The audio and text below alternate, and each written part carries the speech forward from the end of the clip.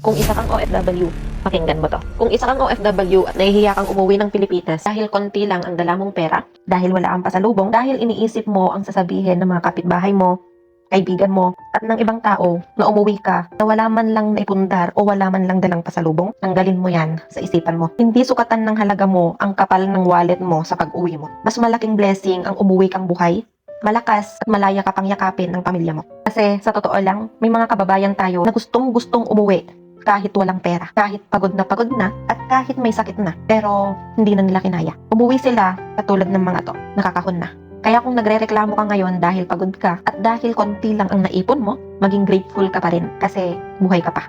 May pagkakataon ka pang bumawi. May chance ka pang magsimula ulit. At kung nagdadalawang isip ka kung uuwi ka dahil nahihiya ka, umuwi ka. Dahil yung pamilya mo, hindi naman pera ang hinahanap, kundi yung presensya mo. At tandaan mo, yung pangingibang bansa mo, hindi ka biguan. Kung wala ka bang naipon, hindi ka nabigo, kundi naging matatag ka sa pakikipaglaban ng patas sa buhay.